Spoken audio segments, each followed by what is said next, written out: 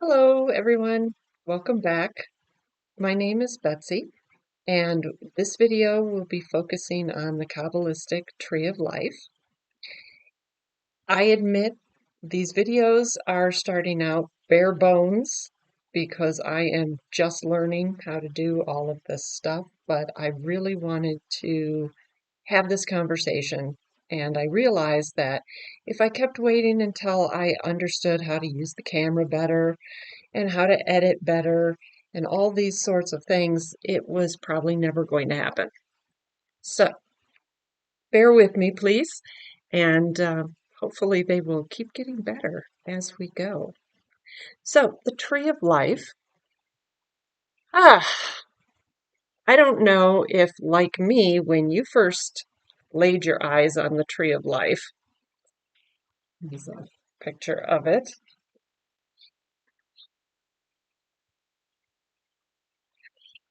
seemed a little confusing. It's not a straightforward path, from here to here to here to here necessarily. And why is this one connecting to this one over here, but it's also connecting to that one over there? For me, it was confusing and I could not get my brain in the right place. Now, there were sources out there. There are good books. In fact, I read the uh, Mystical Qabalah by Dion. I think that's how she used to pronounce her name. It was invaluable to me and straightforward, easy to understand most of the concepts. A lot of it, you just have to keep working with it. But I suppose it wasn't the right time. I wasn't ready to receive the information, and it came to me when it did.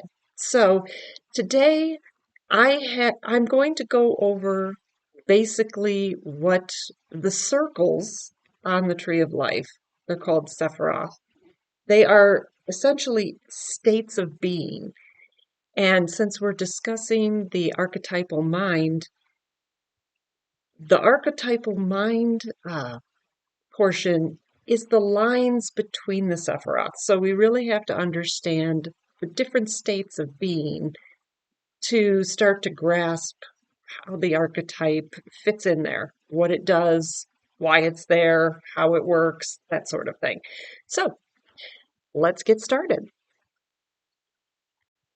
The Tree of Life glyph represents how the cosmos is organized, how the soul is organized, how it functions, and it can be used as a map and a source of understanding. It's important to remember that it's dynamic and its function is infinitely complex. So, what I'm going to put down here is my understanding at this time of what I've learned. This is something that you can study every day for the rest of your life and still come up with new insights. I found it really helpful to have a blank glyph either printed out or drawn out and then write my own keywords, the things that would click for me in my mind, helped solidify it. So if you have any insights or understandings that I'm not touching on here, please do put them in the comments. Thank you. We're going to start with Kether up here. Kether is the crown. This is the all, the source. I'm going to draw a little crown on there. It helps me remember. Apologize for the noise in the background. I'm babysitting my grandbird. Okay, so this is all. This is the union of everything right here. Then we come down to Chokmah.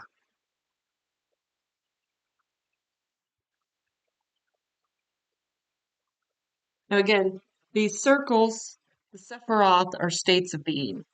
The lines are the paths, how we get from one state of being to another.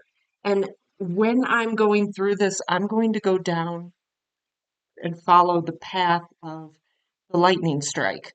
So when I discuss the different archetypes along the paths, it's going to be out of order from how they are normally numbered. The first 10 are always the sephiroth, but then starting at 11, they start with the archetypes. But I'm going to go down in the order of the lightning strike. And at a later time, we can maybe discuss the order as they're numbered that to see what kind of new insights that will give. So we have Hokmah. This is the divine masculine.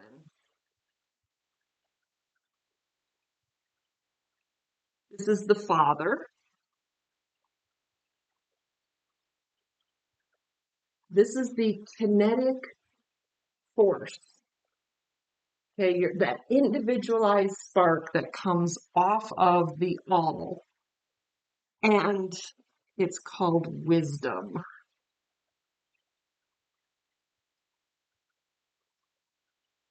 I envision that spark sort of like a dog with zoomies at the park. It's broken free, it's gone and doing its own thing, but it's just in a straight line in one direction.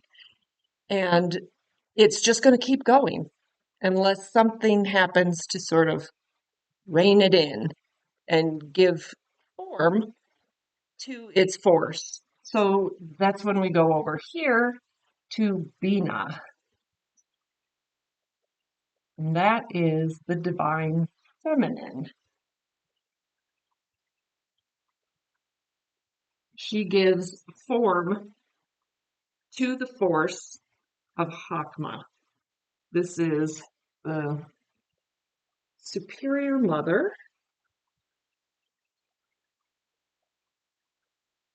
We'll get to why it's superior later. So, superior mother, this is understanding.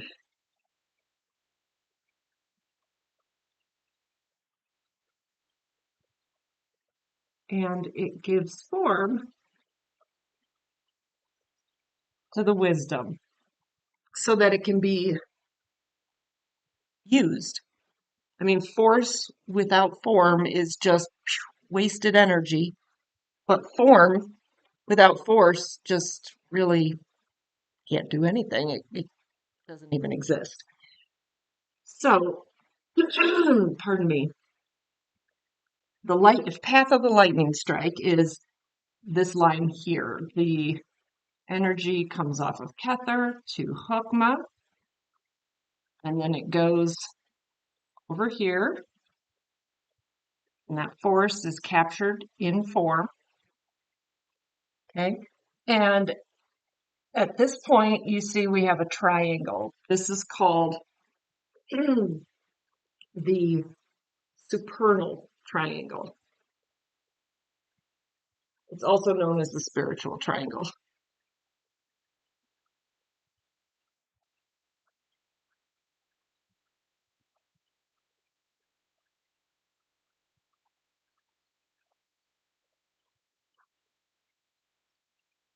Right. So there's something to discuss about Bina, though. The reason we have a superior mother is because down here in the physical realm, you'll have the lesser mother or the inferior mother. She's also dualistic in the fact that I view her as the great and terrible mother. She is that understanding. You hear so many times of a figure who is both death and rebirth at the same time. And that's her. That is because once you have captured force into form, you have essentially consigned it to eventual death because now it's not just going, now there's a purpose. So that's a good thing. But that purpose is going to run its course and then the energy will return to source to be reused. So the great and terrible. All right, so the paths to get from Kether to Chokmah, that is the fool. Right? He's setting off on his journey. He has faith, trust. He's the new initiative. It could go good, it could go bad. You just don't know. But he's going. Right? So we have from Kether over here, the fool. Then on this side, you have from Kether to Bina, you have the magus or the magician.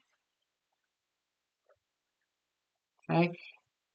From the all to this form, you have to utilize Chokmah, the force, and that's how this is dynamic. The Chokmah is how he gets to Bina, but from source to Bina, you have the magician, the manifester, the bringing down and creating something. And then between Chokmah and Bina, you have the Empress.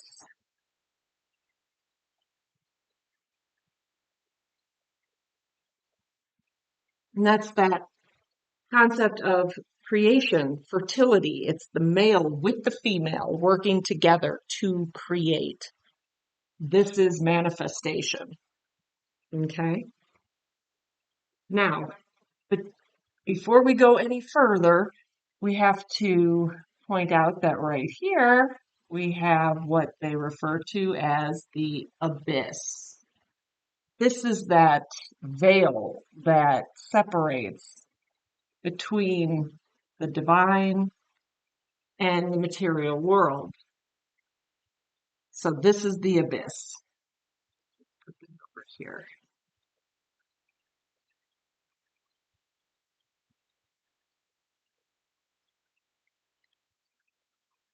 Okay, now there's another line from Kether down to this sephiroth, but we'll discuss that later once we go through that.